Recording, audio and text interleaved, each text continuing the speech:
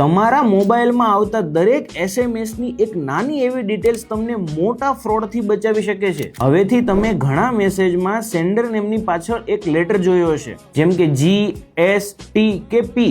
આ કોઈ random letters નથી, પરંતુ ટ્રાય દ્વારા મૂકવામાં આવેલ મેસેજની કેટેગરી છે. જેમ કે જો મેસેજ સેન્ડર પાછળ G લખેલું હોય તો તે ગવર્મેન્ટ તરફથી મેસેજ આવેલો છે, જેમ કે આધાર અપડેટ, પેન વેરિફિકેશન કે ગવર્મેન્ટની અન્ય કોઈ પણ એલર્ટ્સ રિગાર્ડિંગ હોય છે.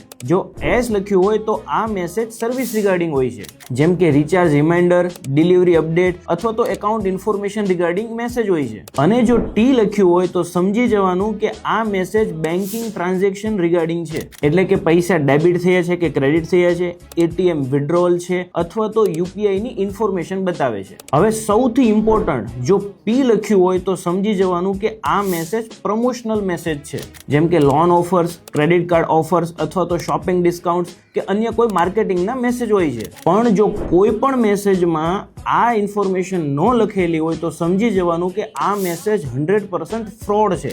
ભારત સરકાર અને ટ્રાય દ્વારા ઓફિશિયલી આ એક નવી સિસ્ટમ બનાવવામાં આવી છે, જેનાથી સામાન્ય લોકો ફેક અને રિયલ મેસેજ વચ્ચેનો ડિફરન્સ સમજી શકે. આ વિડીયો અત્યારે જ તમારા ફ્રેન્ડ્સ અને ફેમિલી ગ્રુપમાં શેર કરો અને આવી જ ડિજિટલ સેફ્ટી ટિપ્સ માટે મારા પેજને ફોલો કરવાનું ભૂલતા નહીં.